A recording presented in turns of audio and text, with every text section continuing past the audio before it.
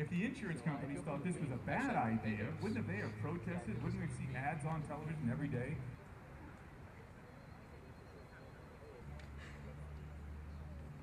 Okay, behind me is Dr. Orly TAITZ, Esquire. She was born and raised in communist Soviet Union and knows firsthand the bleakness of the totalitarian regime and the deprivation of constitutional rights. She's well known around the country as a constitutional attorney. She's also a dentist. She has 2 PhDs. Constitutional attorney with a case pending in Washington on the unconstitutionality of the recent health care law, Mr. Obama's dual citizenship, and the refusal to present any of his original vital records and other frauds. Please give a big hand for Dr. Orly TAITZ.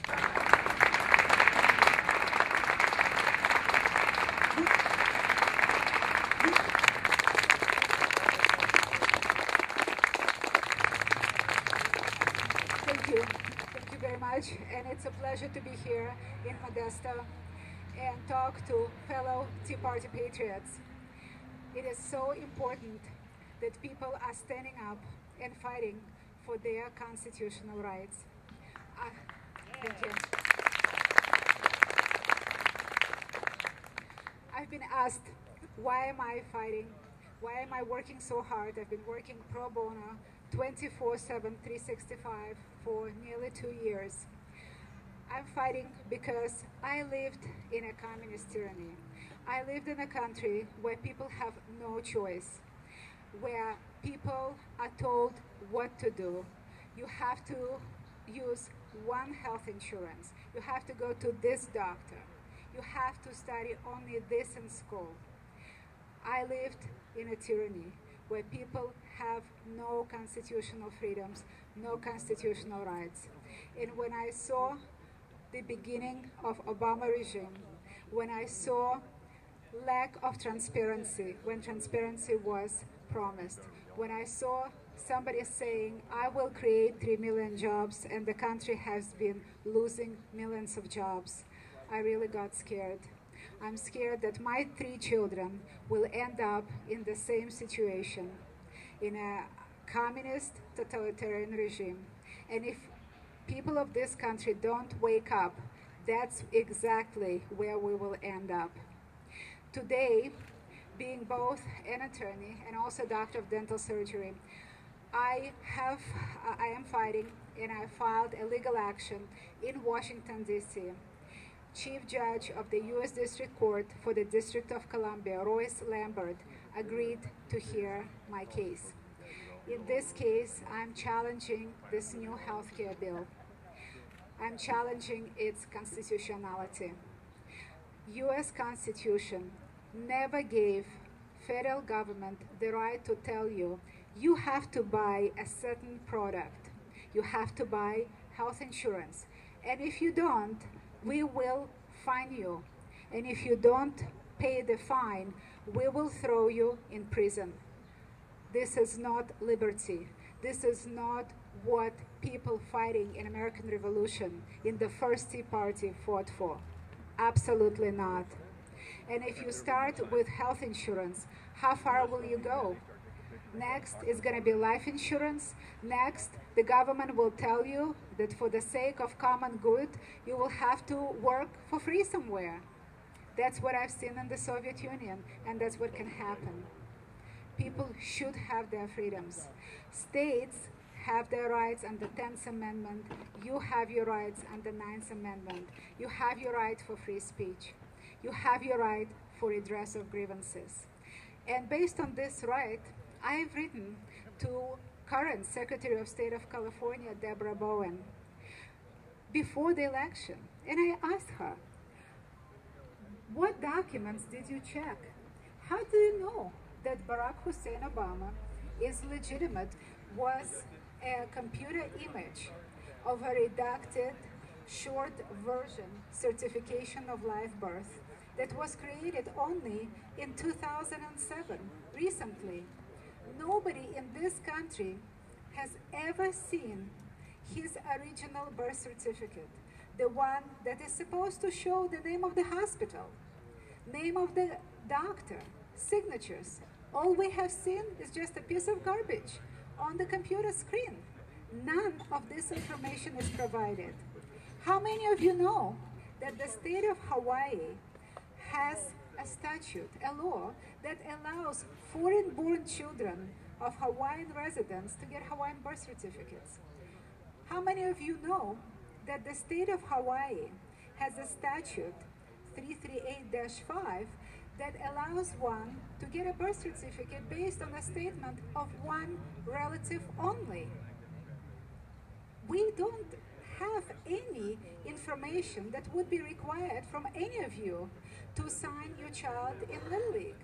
You would be required to produce your original birth certificate. Why not somebody who is in charge of the whole country and the whole military?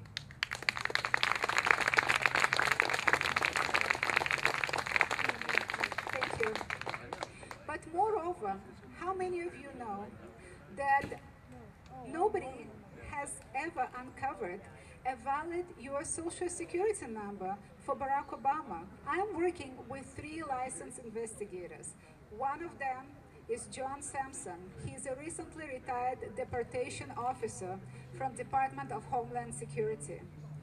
Another, Susan Daniels, licensed investigator in Ohio, registered with Homeland Security. And yet another, Mr. Sankey, here in California, who worked for Scotland Yard for many years. And what we found out, and you can write it down for yourself, that most of his life, Barack Hussein Obama has used a Social Security number 042684425. And I can disclose it because this Social Security number was obtained fraudulently. How do I know that? Well, it's very simple. The first 3 digits in the Social Security number signify the state. 042 signify the state of Connecticut. Barack Hussein Obama was never a resident of the state of Connecticut. This Social Security number was given to an individual in the state of Connecticut, somebody who was actually born in 1890. And if any of you believes that Barack Hussein Obama was born in 1890 and he is 120 years old now, I have news for you. He wasn't. And this is something that I brought to court. Moreover, we have found multiple Social Security numbers in national databases. LexisNexis, ChoicePoint, multiple Social Security numbers linked to Barack Obama or Barry Obama or Barack Hussein Obama. None of them was issued in the state of Hawaii. Very interesting. We have found several Social Security numbers for Michelle Obama. This is something that needs to be investigated. Just like Watergate came to a crescendo and it was investigated and we got the results, it's time, it's really high time for Barack Hussein Obama, for Obamagate to be finally investigated, for the case to be heard on the merits, and for each and every citizen of the United States to get a respect of seeing real documents, original documents, getting some answers, and not for judges that are corrupt telling each and every citizen, you have no standing to question. I have no jurisdiction. Ladies and gentlemen, if none of you have standing to question a person sitting in the White House without a valid Social Security number, without a valid original long-form birth certificate, then you are reduced to level of serfs. You are reduced to level of slaves. You've already lost your constitutional rights. And that's what I'm fighting for.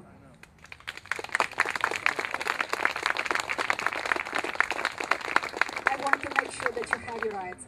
And lastly, aside from the issue of legitimacy in voting that I will uphold as Secretary of State, I will be there within 30 days. I will be asking for some answers for you. But aside from that, Secretary of State is in charge of corporations. And we have seen a very intrusive, very oppressive Obama regime doing something unspeakable, using EPA as tool, Environmental Protection Agency, to switch off water to Central Valley of California when 45,000 farmers lost their farms, lost their jobs, lost their homes, and now they're standing in line to get food packages made in China when they are prevented from farming and producing food. This is despicable, and this is something that has to end.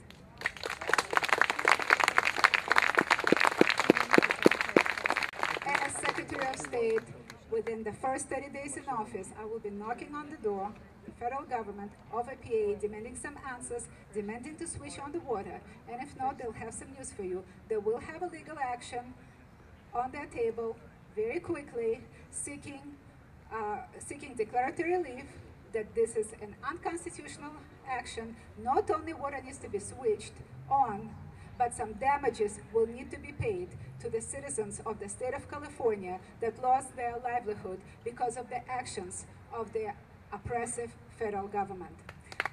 Thank you.